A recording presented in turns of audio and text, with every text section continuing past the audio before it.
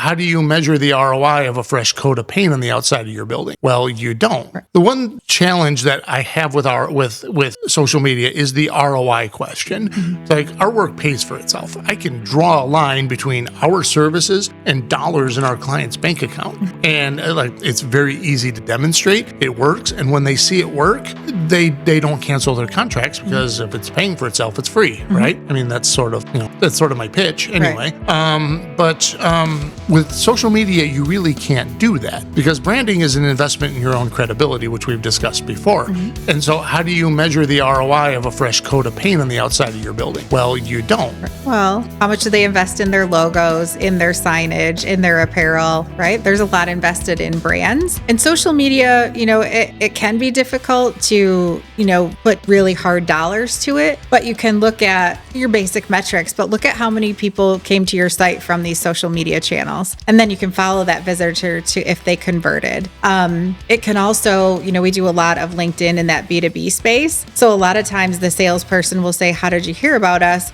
Oh, I've been seeing your posts for a long time and I decided to reach out. So there are things there, looking at the follower counts. And then there is paid social as well. So we have some clients where we're doing like the online lead form from Meta to capture people right there because we want to get them while they're there, not try and take them to our site to get them to convert the client site. Yeah. So you can measure it that way too. And we've got a few case studies where it's been, exceptional results because you can get them right there. So it's, what are we trying to measure? But if we're trying to build brand awareness, there's things you can look at, mentions, reach, engagement, that kind of thing. Even Meta runs ads like, or those little surveys, like how familiar are you with this brand? But it's just like, what's the ROI of putting a sign on your building? Or, people invest tens of thousands of dollars in like logos and brand messaging and clarity and, sales presentations and all that stuff. And now there's just a lot more channels where people need to be because that customer journey is so fragmented. It's less of a question of what you can afford, and it's more of a question of can you afford not to. I like the fresh coat of paint because it's easy to identify with,